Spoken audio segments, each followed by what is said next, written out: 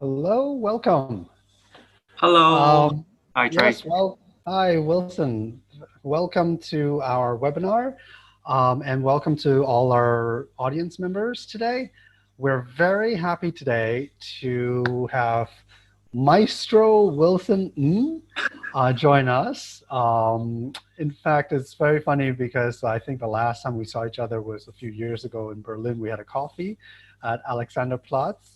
And Yeah, that was, yeah, that was quite a surprise because Wilson, you were studying or living in Berlin at studying. the I was time? just at the university. Yeah. Right, right, right. You Yeah. have So, such a good memory. oh yeah, yeah, yeah, because you know how often do I run into a Hong Kong conductor in Berlin? So, and yeah, and I was so happy to hear about all the wonderful things you're up to and have been up to, and now, what how your career is developing. So we're very happy to have you here today. Thank you. Wilson, well, I would like to just jump right into your talking about a bit about your background first, because I think everybody would like to know where you're from and how you have gotten to where you are today. Right. So let's start from the beginning. Of course, you're from Hong Kong. Yeah. And so how did you get into music first? Well, I started playing flute when I was 12, purely by a mistake because my parents was not very knowledgeable with music, classical music, and I just heard a CD, and that CD was played by saxophone, and then I was so captivated by its quality of singing without words. It was the first uh, encounter with music that is not in a general young teenager. We only hear pop songs at that time if you're not having a classical music environment that some of my friends had. But yeah, I was so captivated by this quality of singing without actually having words in it. So I told my parents that I want to uh, play this instrument, and then my dad actually told me is not he is a flute. He said the saxophone is a flute, which by mistake, of course. But I'm very very thankful for him by doing this mistake, because later on I found out what I love the most of about playing flute or about classical music is orchestra. And Mm, I think, of course, the best seat or best stand on the stage, I would say now, is the conductor's position. But mhm. before that, I really enjoy being in the middle of the orchestra where the flute sits. You hear everything, you hear how everybody coordinates. So that was the beginning how I started as a flutist. But then I go on my studied in Paris and Lausanne in Switzerland. Flute, Uh, studying still, flute. yeah, still Okay. studied flute. Um, that was very important years because it was the first encounter about the European life. It's not so much about flute playing, but the being. How do you be involved in a European mindset, And the culture? culture and yeah. Yeah, yeah, exactly. Well, Uh, hang on just a second, because you said you started the flute at age 12. yes. So before 12, you didn't play any other instruments. No, I unfortunately not. Oh, Yeah. that's so relatively, I mean, for our listeners, I think that's relatively, you could say late, right? Yes, A very lot of late. people, yeah. Yeah, yeah, yeah, And very late. you were able from was what age were you when you got to Europe? Well, I went to Europe quite quickly when I was 16. I went to, Okay. I decided I wanted to study in Paris. And you got in after 4 years of studying the flute. Well, yes, I was very lucky, but at that time I was studying with this professor who who is the professor of the biggest school in Paris, but he also teaches in this École Normale, we say, private. So that one is not that difficult to get in, but to get in his class, of course, there was a challenge. But I was lucky enough to being accepted in his class. Yeah. So you were quite talented on the flute, we could say. Well, I was not too bad, I can play, but. Yeah. Okay, so then you got to Paris, which is an amazing city for culture and life, just enjoying life and learning about history and all that, right? Yes. Well, as I said, it's not so much about flute playing. And at that point, I realized, because, back then, before going to Paris, I was always very curious about music, then flute. But I didn't realize it was something special.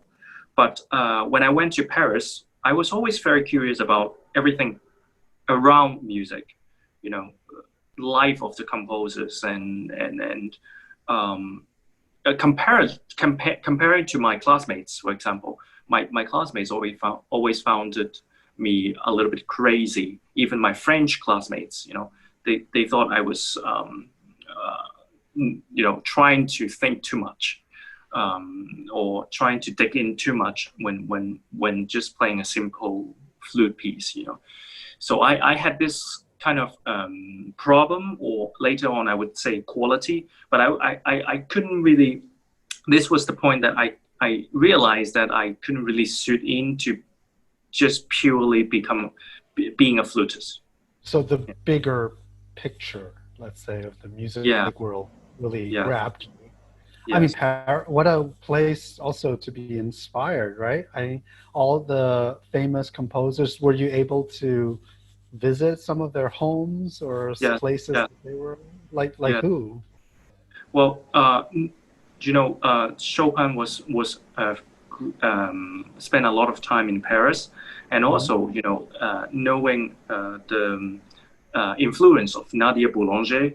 Was very inspiring as well.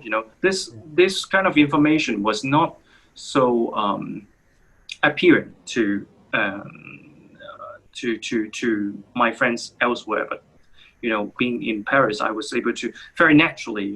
It came very naturally, and of course, all the French composers that I don't have to name them, but absolutely. So I mean, I find that very. Well, first of all, very interesting to be able to be in that environment and really take advantage of it. I have to say that you were really smart to do that, and not intentionally. No, but I think a lot of times that's the problem with a lot of music students is we are so focused on our own instrument, on our fingers, or just on learning our very narrow repertoire, right? We have a concerto and we think that's the center of the universe. We have to get that right.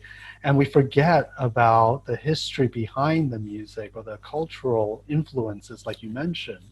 And I think that's such an admirable way that you approached music, because it's so holistic, right? You're not just narrowly focused. So, okay, so did you finish then in Paris? I had my 4 years studies in Paris, but I figured out, I still have to, flute is. I wasn't thinking about conducting. I just thought I was a little bit weird, but I didn't. I how to use my curiosity, put it this way. I didn't know how to use my curiosity to serve another role in music. So I still want to become a good flutist, So I finished in Paris, and then I moved to Switzerland because I wanted to study with the teacher who is actually French, and Lausanne speak French as well. So it wasn't a very big change for me. But of course, Patrick Galois? No, not Patrick Galois. He did a masterclass with us, but it's with my teacher who was José Daniel Gastelon, who is a French, but he has some kind of Spanish descent of, so why his name is. But yeah, he was the one who really inspired me musically. But also he told me that because he always encouraged his students to listen to his class, even he's not teaching directly to us. Some other classmates is playing. He wants the whole class to be there, maximum of people to be there. When I was there, I was like moving around, with the music and with the piano part, and singing the piano part sometimes. And he thought, oh, this guy is like, he's curious about something else than just flute. And then he said, why don't you just go start conducting or something, And so I listened to him and started thinking about it. Yeah.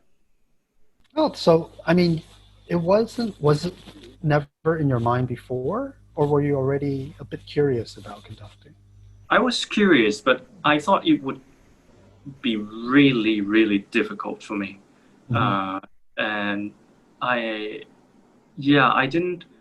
I look up to conductor a lot, So I like I like the repertoire, I like the symphony sound, but being a conductor, there are pieces that I still prefer playing flute than in the orchestra than conducting it. Which one? For example, Beethoven 9. Yeah, that piece, I don't know why I would like to be in the orchestra more than conducting it. Okay. Yeah. So you started learning conducting in Switzerland? No. Actually, this is the point that Switzerland was the point that I was thinking about leaving the flute and starting conducting. Okay. But financially, I was not able to sustain any more of my studies in Europe. And before I leave Europe, I went to see master class, not master class, just conducting class actually in Vienna. And I met a conductor who was teaching there at that time. And he told me, conducting you mostly have to do, not of course, being in a school is important, but doing is very important. And I was observing the Vienna class, conducting class. They have like 30-something conductors, but they have one amateur orchestra to share with everybody. So imagine everybody maybe got 5 to 10 minutes to conduct every week, if you're lucky. So I thought, yeah, maybe that's not something that I really want. So instead of studying in Europe, I went back to Hong Kong and created my own orchestra. Okay. Yes. And this is something we need to talk about. Yeah. That's how it started, this Gustav Mahler Orchestra. So how old were you at this point? 22, 23. So you got your bachelor's or equivalent of your bachelor's? Yeah, bachelor and master, and then I thought, yeah, that's it, no more flute. Okay. And so, wait, you started the orchestra without having studied conducting yet? Yeah, so I'm really still very thankful for those friends who played for me and suffered under my baton. A few years, yeah. Wow, okay. So you get off the plane in Hong Kong and you said, I am going to start my own orchestra. Tell us about that. This is so interesting. Well, I started the first project as, I didn't have a name for the orchestra or anything, but I realized that I need my first experience as a conductor. First thing to do, just put it this way, more simple, first thing to do. And then I met this lady who was running this charity group, which was having this underprivileged kids knowing about music, learning about music. And then, so this was I always loved to do this kind of educational stuff. And that was the opportunity. So I gathered my friends and just tell them this is the project, that charity project that I want to do. And we will put together an orchestra. And the kids are going to be very close with us. And we have to explain to them a lot of things. Is that okay? And those who are okay said okay. So we started the first performance, put it this way. And I realized, oh, it's okay. Like we can kind of do it, Of course, I didn't know how bad I was, Now look back, no, but I didn't know at that time. But I think this didn't know was the motor of doing further, right? Not knowing all your bad side or the difficulties. I think it or your limitations, right? exactly. Yeah. A limitation, very, very well put. So yeah, I didn't know any limitation at that time. So and then we put up a second concert, third concert, all without my friends. And on the other hand, why I go back to Hong Kong was because I at the same time was able to teach flute. So I earned my life, and then I put most of my money that I learned into the orchestra. Of course, booking venues and everything. All that cost. Of course, I couldn't pay my friends, but I just buy them pizza or food. But yeah. I was very grateful. I was very lucky as well, to have them supporting me at the beginning. And so then it started out as a sort of charity project, but then you realize there's something here that's maybe worthwhile pursuing, right? And so yeah. you got more and more friends together, and it sounds like the orchestra kept growing in size and also just in number of activities. Yes. So how did you choose the name? Well, the name, I was... the Gustav Mahler Symphony Orchestra. Orchestra. Well, the name was, I don't only love Gustav Mahler, but I thought, of course there are Mahler fans around the world, but I thought it's not significant enough when we think about Mahler or think about symphony. I want to have the association between them, just like Chopin. When you think about Chopin, we think about piano. Absolutely, you cannot think about string quartet. And I think it's about this devotion that Chopin has for the piano. And I think if you have to think of one man who has devoted all his life into orchestral sound, that's Mahler.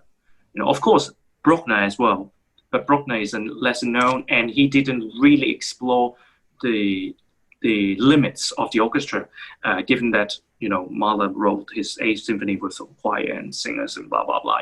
He really did a lot of things out of the box and contributed to the form of symphony, and he was very, very focused on it. So I thought I want people to associate symphony to Gustav Mahler.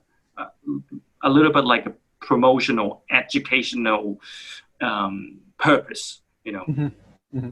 Yeah, well, of course, who else founded an orchestra called the Mahler Youth Orchestra and later the Mahler Chamber, Claudio Abbado. So I think you're in excellent company there. Yeah, well, Claudio Abbado was my inspiration at the very beginning, especially. He's not only his conducting, but his way of treating the musicians. At least what I heard, what I learned about him, his creating a place for everybody to play chamber music, and no dictatorship. That was something that I kept in mind for years. Excellent.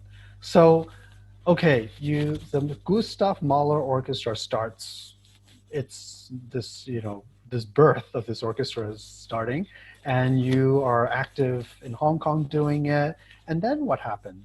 Did you study conducting, or just went straight to competitions, or? Yes.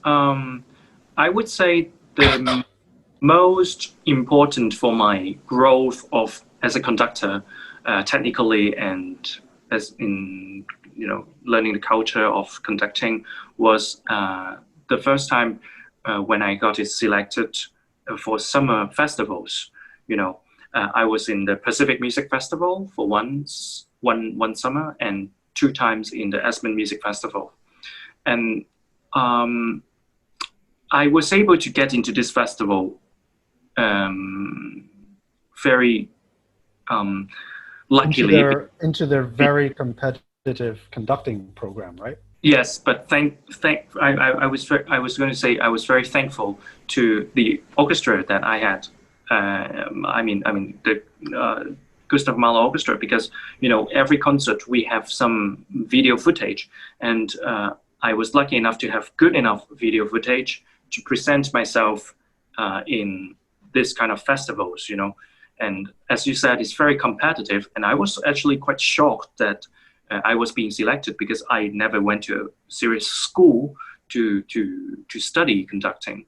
But that also gives me extra benefits, because I didn't only learn from the teacher, but I learned from my colleagues who are all studying in the most famous schools for conducting in the world. So I really was stealing knowledge from everybody. Like I was very, very, very curious.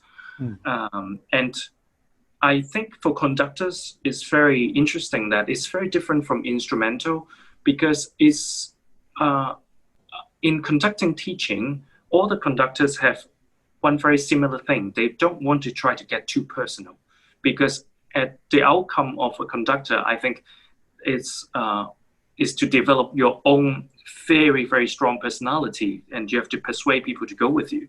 So in the conducting teaching, it varies, I would say, in my experience, very different from instrumental teaching, is that they don't force you too much to follow them, or they don't have too much to suggest you, or everything was just a recommendation, but you can do it, you cannot do it. So instead of sticking to one teacher, Summer Festival allows you to study with so many teachers. Like 1 year in Aspen, for 8 weeks, I had 12 teachers, and all these teachers are well-known conductors.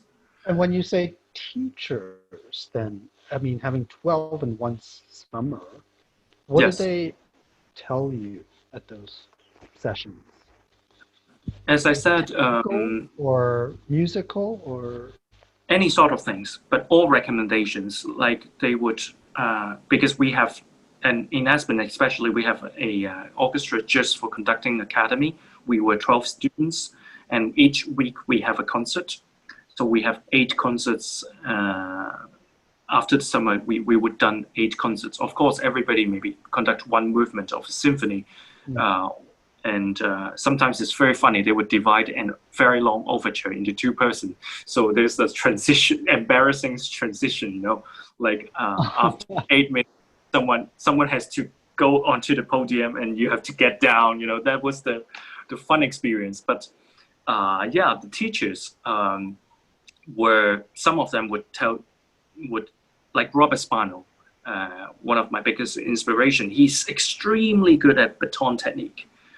So he would always emphasize to think about your grip, or how you stand, how you command an orchestra. If you turn your head or turn your whole body, what's the difference between that? Very, very technical. Or in contrasting, for example, some European conductors like Markus Stenz was here teaching me, another very inspirational person for my conducting life. And he would only purely talking about music. And I was doing learning opera with him. So he would just give me his recommendation of what he would do, and I can try it or not during the performance. Okay. Yeah. So you went to Aspen, you went to Pacific Music Festival, and then what was next? Competitions or school? And then I was applying for school because I figured out at the end I want a paper. Certificate. Like. So yes, a certificate. Okay. So I was running around to see, asking friends which school is, best. Now I have so many conducting friends, but I came up with a conclusion that actually, I only need a paper, and my aim was the certificate, and also my aim was to be able to live partly in Europe. Okay. So there came the offer of Royal Conservatory of Scotland. They have this program that gives you all your, not only scholarship but also sponsor your life. I didn't have to pay anything while studying there, so I accepted the offer. And but it was the year that I got the second prize of Solti competition. So right at the beginning of my study in the Royal Conservatory, I got the prize, and that you went. Right, let me get this straight. You went and got second prize at the Solti competition without having studied conducting formally at a school yet. Well, yeah, but that's also my point, that what is formally studying conducting, after. Well, I mean, enrolled in a conducting program, right? Yeah, but so then that's really unique. I mean, yeah, but it proves how those summer festivals really prepared me as a conductor and as a musician. Sure. Okay, so you went to Scotland, and then you finished there after 2 years. I had my Master of Conducting there, and then I loved the teacher there, by the way, Gary Walker. Sometimes it's a big difference between a conductor and a conducting teacher, and Gary was both very brilliant. I thought, I think he really gave me a lot. But then after Scotland, I went directly to Berlin. I was recommended to go to Berlin actually because I was consulting someone to, after Scotland, what should I do? Because I got this Solti prize, which is quite good.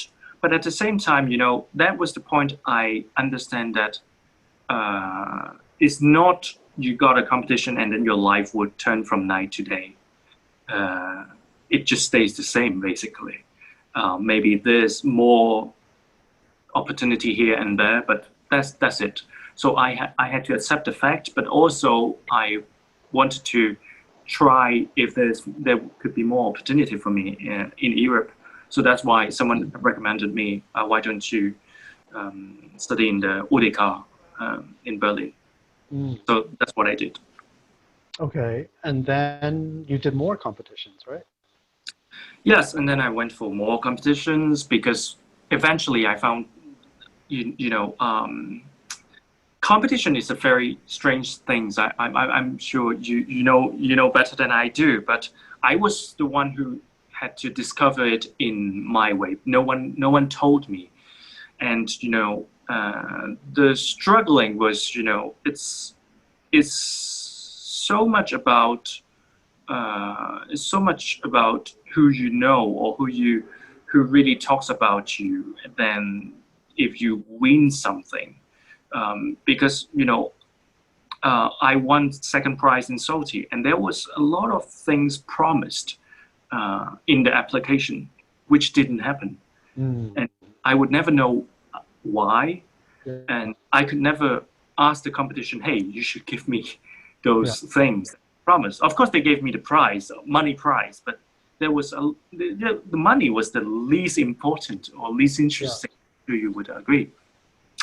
So I was a little bit disappointed for that. That's why I was doing more competition, because I figured out that was the only way that I might get my name out to be seen more. It's not about winning anybody. It's about fighting for an opportunity, right? and there was a very clear goal for me. So I was doing a lot of competitions, more exposure to try, and some of them we got good results, and some of them I learned a lesson. And then, okay, so you did all that, and then how did you get to where you are now? Well, with the Philharmonic Orchestra, it was Well, we should let people know, if they don't already, that you are now is it assistant, or what is their title? Of the Philharmonic Orchestra. Sorry, associate? Associate conductor, yeah. Conductor of the Seoul Philharmonic Orchestra, which is one of the very top orchestras in Asia.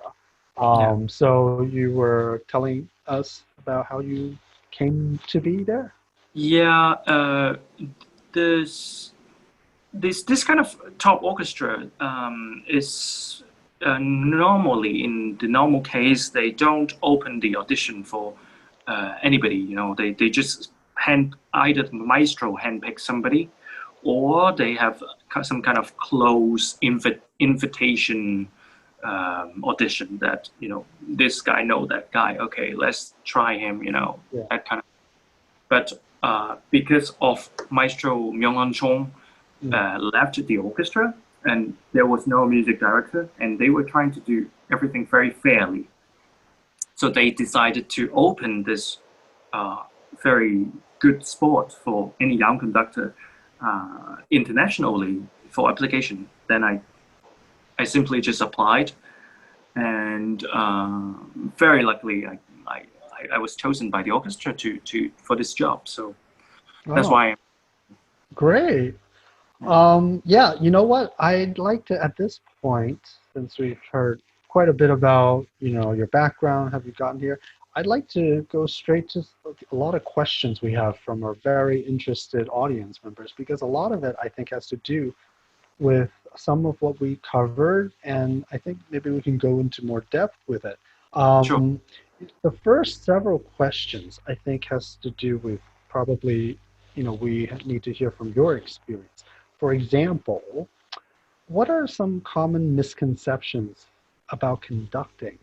And I like this question because I know a lot of both musicians, professionals, and non-musicians sometimes think, oh, it's not so difficult, right? You just stand there and wave a stick, because if the orchestra is good, it'll make you look good. But it's not so simple, is it? Yeah. Oh, yeah, not so simple, but I think the misconception is a lot because people think conductor is for keeping time, which is very partly true, but I met one of the concertmaster that I love the most. We invited him together with the Hong Kong Arts Festival to lead my Gustav Mahler Orchestra in Hong Kong as a, you know, training project and things like that. And he is the concertmaster of the Bavarian Radio Symphonie-Orchestra. And sorry, This Laszlo? Anton, and his first name is. Oh, the other one, yeah, Anton Baranov. Yeah. Yes. Okay. And Anton made one comment when, you know, he was rehearsing with my orchestra that I really loved. He said, conductor is not the one who make us play together. It's ourselves to make sure we play together. Conductor suggests a direction for the music, and which is extremely true. You know, it's a lot of misconception is that conductor is there to make everybody perfectly play together, which is partly true, but it's not its only role of keeping time, but giving direction in the music, giving much more depth, having, I would say, aligning the imagination of the orchestra, aligning the concept of sound, and as we talked about before, like about encouraging everybody to play chamber music, listen to each other, and I think that's a lot of our job. Is just making them play together. I like that because it's almost poetic how you describe conducting. And I find it's very true because, you know, what you say and what this question about misconceptions is people think it's most certainly not a marching band, you know, director, right? Where you're just keeping the beat, like you said. Yeah, So yeah, I like that answer very much. Thank you. yeah. And the question was very good. Now, another question, this goes back, I think, is very interesting, is do you think if cultural difference can affect your leadership while working with orchestras from different countries? And I would like to tie this in to our very beginning, the very beginning of our talk, where you talked so much about, you know, learning about the culture and lifestyle in Europe, especially because most, by far, the majority of your repertoire comes from there. So I think it's so intelligent that you went and learned so much about it. But can you describe maybe some, is it difficulties or just describe the cultural differences you've encountered? I think in the point that I think there are two layers, or maybe three. I think the first layer is the orchestra, how they judge you, and who choose you to conduct, which is never the orchestra, is the management Yeah. and the audience. I think the easiest to convince people, convince them is the musicians actually, because the musicians very directly they feel what you have to offer, and I think as you said, I was so luckily unconsciously trying to educate myself in the culture, the the the the culture of classical Yeah. music, the history of classical music.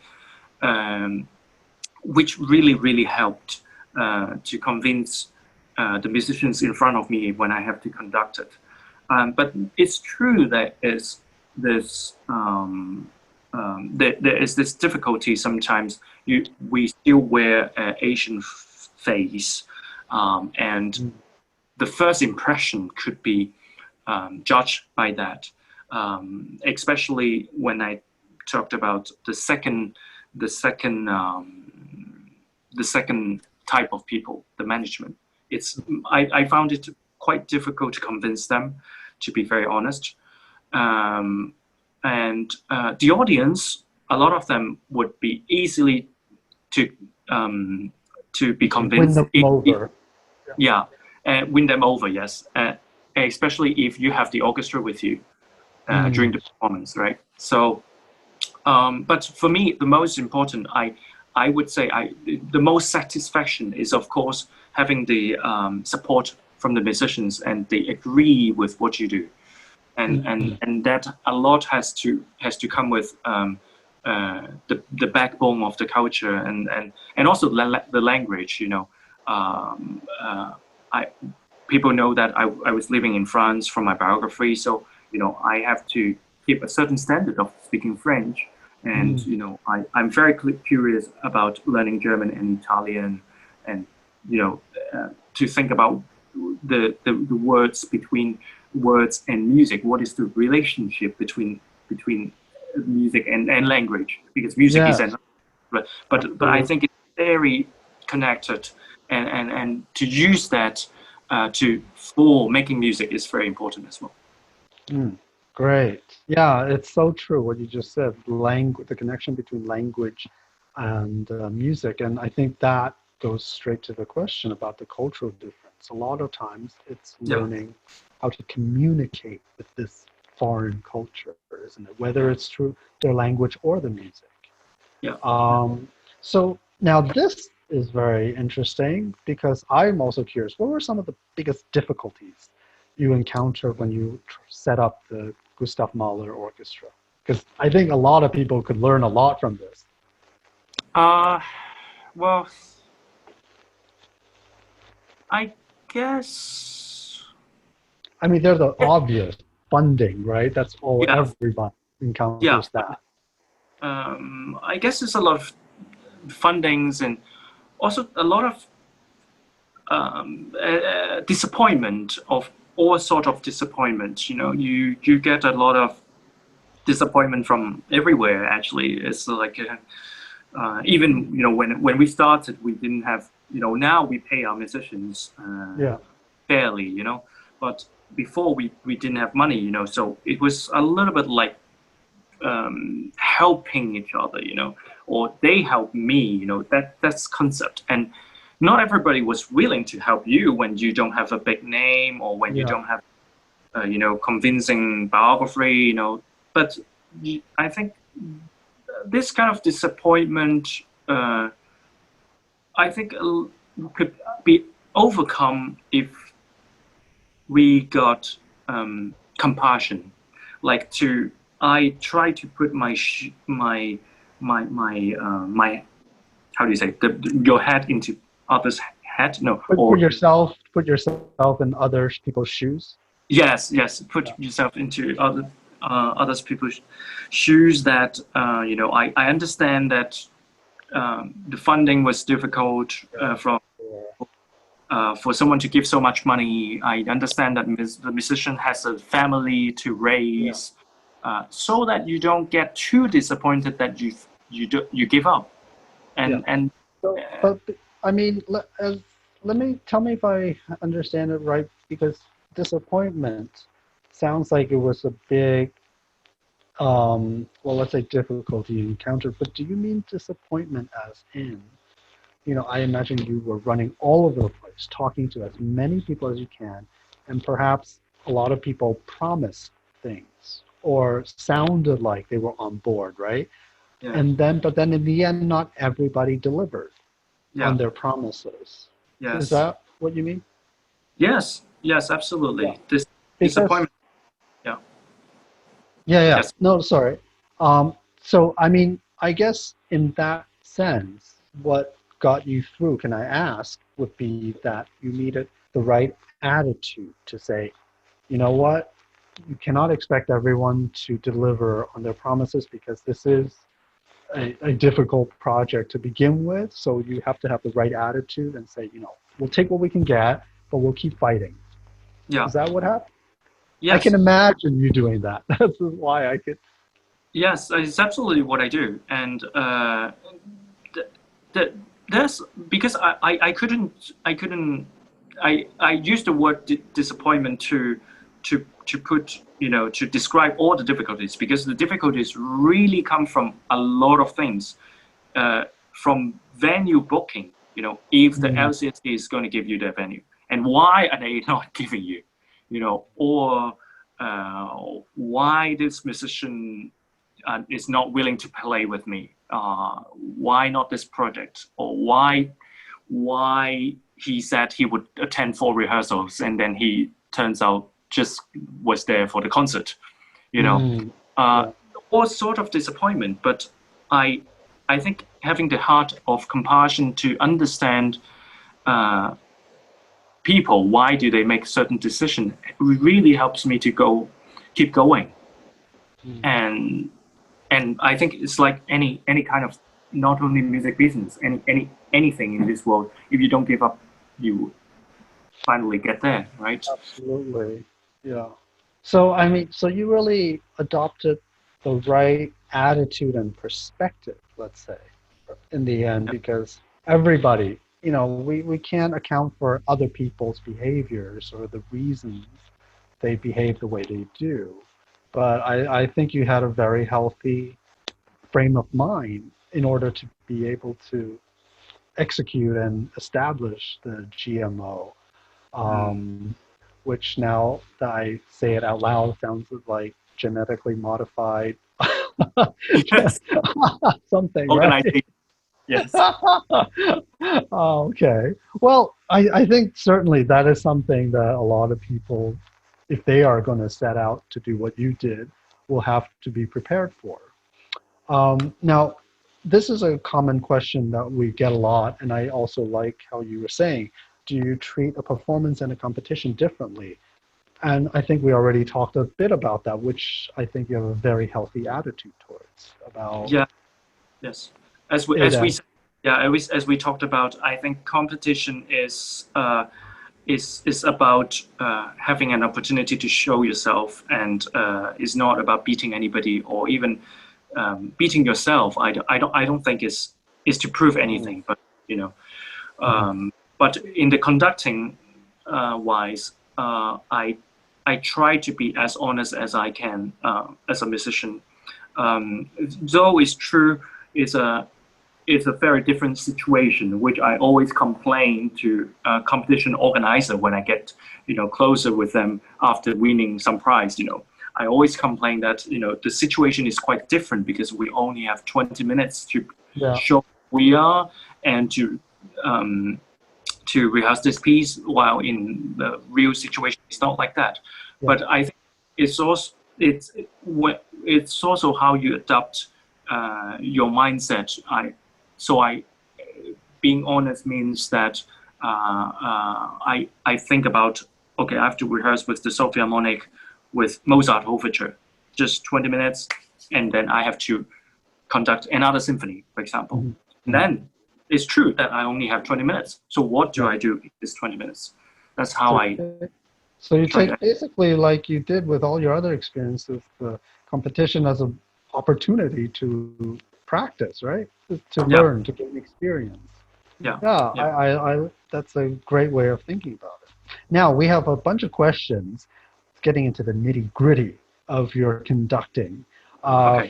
First off, how many hours do you practice a day? Now this, for a non-instrumentalist, I don't even know, would you call it practice or score studying, or do you look in front of the mirror? Oh, no. Score studying, I would say. Score studying, if you talk about the numbers, it's really depends on which piece and how many time do you have, what occasion you have to do. But I can tell you the maximum I have ever studied was, say, 16 hours straight.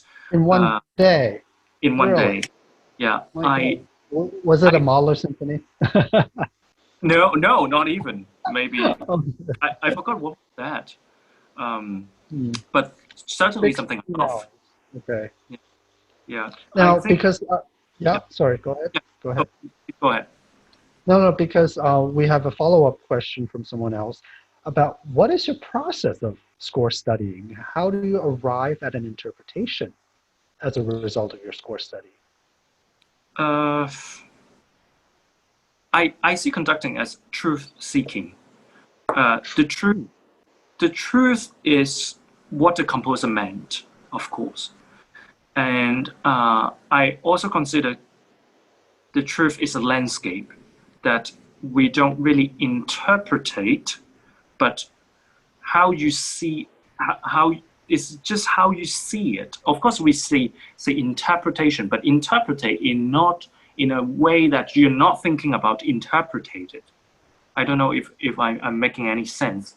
It's like there's a landscape that you're seeing it, and you want to make this landscape to be heard to the audience. That's how I see conducting is. So I don't think about, I need to make an interpretation that can make people remember me. It's not about that. It's for me, at least. I have an interesting analogy. Tell me if this is correct or not. I forget which, maybe it was Picasso or some famous painter who said when he makes a sculpture, the sculpture is already there. You just have to take away the parts that is not part of the sculpture. Wow, is that similar to what you're saying? Because the music landscape is there already. You just have to show it. Yes, absolutely. And there's not a right way or wrong, because if you are emphasizing on the viola voice, then of course we cannot hear so well this second violin, for example. But that's a choice. You can never make it right or wrong. It's not. There's so many things which is not indicated. But what is true to you, I think, is the most important. Okay. Now, someone wants to know about choral conducting techniques or rehearsal techniques when you are conducting singers. Is that different than conducting players? I think it's quite different. I have a few experience.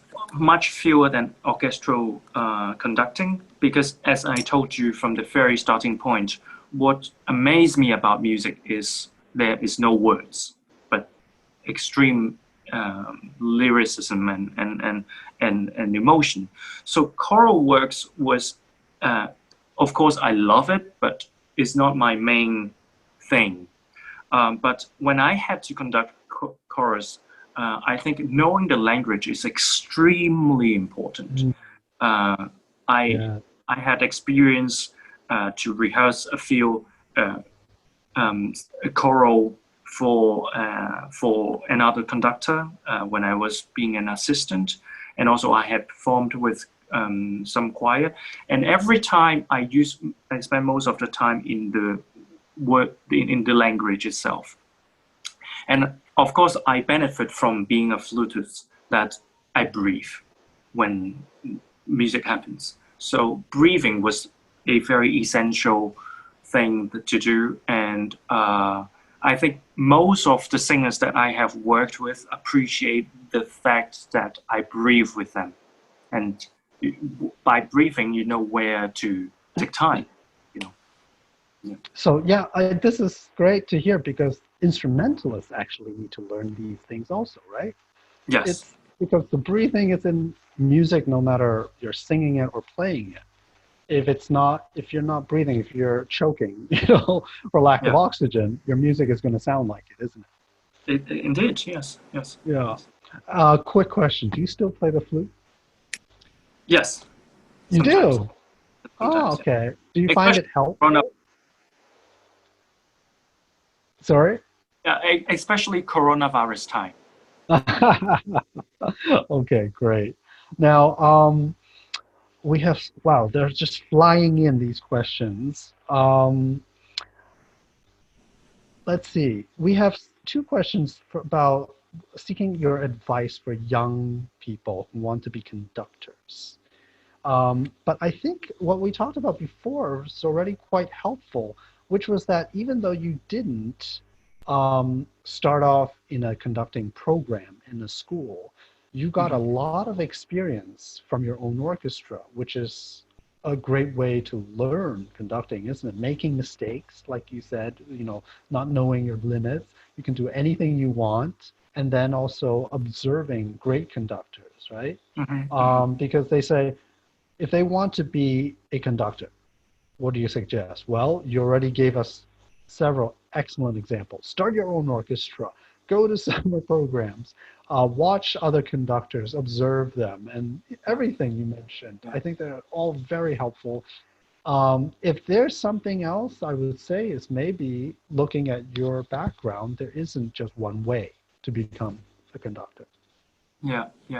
And if I have to put one more thing on top of what you just correctly said, is listen to the rehearsals as I did when I was in Hong Kong. I was very ambitious and kind of aggressive to get into the Hong Kong Philharmonic rehearsals. They don't let anybody to listen to the rehearsals normally, and I had to have the agreement of some of the musicians, some of the board members, and some of the management. It took me 3 months of continuously asking that I got into the rehearsal of the Berlin Philharmonic, of the Hong Kong Philharmonic. And same when I was in Berlin, I had to try to know the musicians, try to be very confident or be very brave, and I somehow got myself into all the rehearsals of the Berlin Philharmonic, and I got to get to know the members who appreciate my conducting, who came to my conducting concerts, and who would give me free tickets in every Berlin Philharmonic concert. Oh, wow. Not only the fact that listening to rehearsals is very important, but also all these things, going to rehearsals, making an orchestra, going to festivals, are all connected with how brave and how much ambitions you are. You have to talk to people. You have to make it happen. It's not like the orchestra will come to you. It's not like you can just go to a rehearsal without asking. You have to have a very thick skin sometimes. Yeah, Yeah. absolutely. Oh, you're making me regret not going to more concerts when I'm in Berlin. You still have so No, much yeah, time left. I hope so. Well, we have a lot of listeners asking, basically, do you think conducting should start at a young age, or um, what do you suggest them to do when they are young? So I think these are all related in terms, because you started not so young. So I would say there isn't one formula, obviously, but given what you just said, these are definitely all different types of things that they can try, at least. They might not succeed at founding an orchestra from scratch or getting into rehearsals, but they have to try. Like you said, be thick-skinned, have the ambition, have the drive, and yeah, so great. Yeah. You're a great example of all of that. Now, I think we can move to our final set of questions, because I think this is something I'd like to leave our audience members with. Um, First of all, this listener asks, how do I know that I am eligible to study music, or I think what they mean is maybe they have the talent for music, to study music, because especially it sounds like how to keep your incentive even when you're depressed. I'm guessing perhaps this person has encountered difficulties like we talked about before also, during the studies or during the career. So how were you able to, when you encountered difficulties, not just in founding the GMO, but also in general in your career or in your studies? Mm. I think my answer would be would be quite similar to yours. I don't know why I have this feeling, but I feel like the love of music is what the it's very lame to say, but it's very true. How much you can sacrifice for music, isn't it? How much you love at the point that you can sacrifice your life for it, and if you love it enough, then this is this the decision has already been made. And as I said, every time when I encounter problems, I think compassion is my most best buddy, because it. I think everybody does something, or we are always disappointed by someone else's action in this world, and of course we sometimes we are disappointed because of coronavirus as well. That's not anybody's fault, but I think having the compassion to understand that someone made a decision or someone made you feel not so pleasant. There's a reason, and they have a standing point, and trying to understand them and not to get angry or disappointed I think is the biggest buddy for me. Because because I think perhaps part of this, the reason for this question about being depressed might stem from the COVID-19 situation, right? Everybody in the world right now is struggling with it. And maybe music, like you said, if it's something you truly love, it could be a source of solace or a source of comfort for you to have the music, even if you're not able to go on stage at the moment. Of course. But I like what you said, because you really have to love it so much. Yeah. And, for young people also, if they are studying, would you say that, they have to discover this love in order to pursue it then? Or they can't just say, okay, my parents made me study, and so I'm going to be a musician. No, they have to love it themselves, don't they? Yeah, I think love it so unconditionally is very important, because what we are going to encounter is a lot of things which is unconditional. We cannot always measure how much we practice and how much we earned, or it's not everybody so lucky. But with the love that you have, if you're I think loving enough, then you can invest no matter what in your life to it. Mm. Well, it's just a final question then to leave things. And I know, of course, this is a very broad question, but why do you think music is important? Especially, I have to add, in times like these. How do we, I would even further ask, how do we use music to help us in times like this? Because obviously it's important. Yeah. I have encountered Lachaman, the composer. Lachaman. He has one phrase which really touches me. He said, music is everywhere, is in the elevator, is in the restaurant, is in the toilet sometimes. Mm-hmm. Is that really music? Or what are you really searching for if that's music? For him, the biggest compliment for his composition is that Mr. Lachaman, this is not music. And he would feel very satisfied. And what I'm pointing out is, I think in this time of COVID-19 is very important and it's very easy to distinguish. What we talk about music is actually music experience. I would say actually the live music experience. And I think it serves its purpose more than ever, because how crazy it is to have 100 or sometimes 200 people on the stage to do the same thing, go to the same direction, the beauty of it. Or having a cellist, a pianist playing something for an hour for you, and there's a collective breathe in the audience. I think this kind of experience is the proof of our existence. It's a share of emotions. It's so broad, but at the same time, I can speak for orchestra.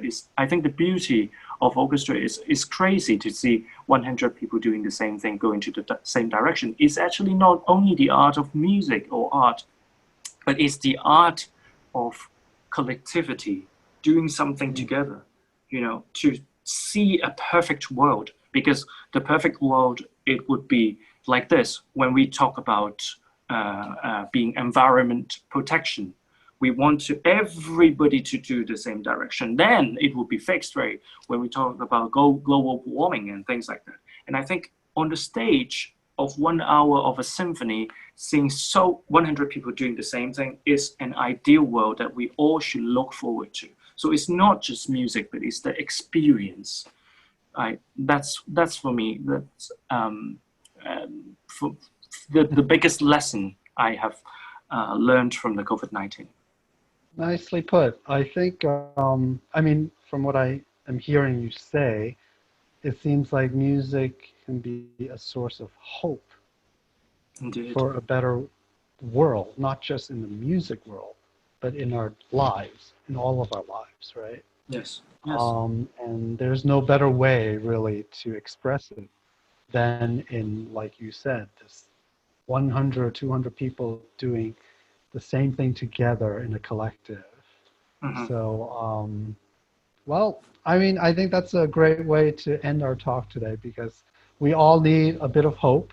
And I think if we can look forward to the next live performance with you, hopefully, and other musicians around the world, that will be something definitely to keep us all going.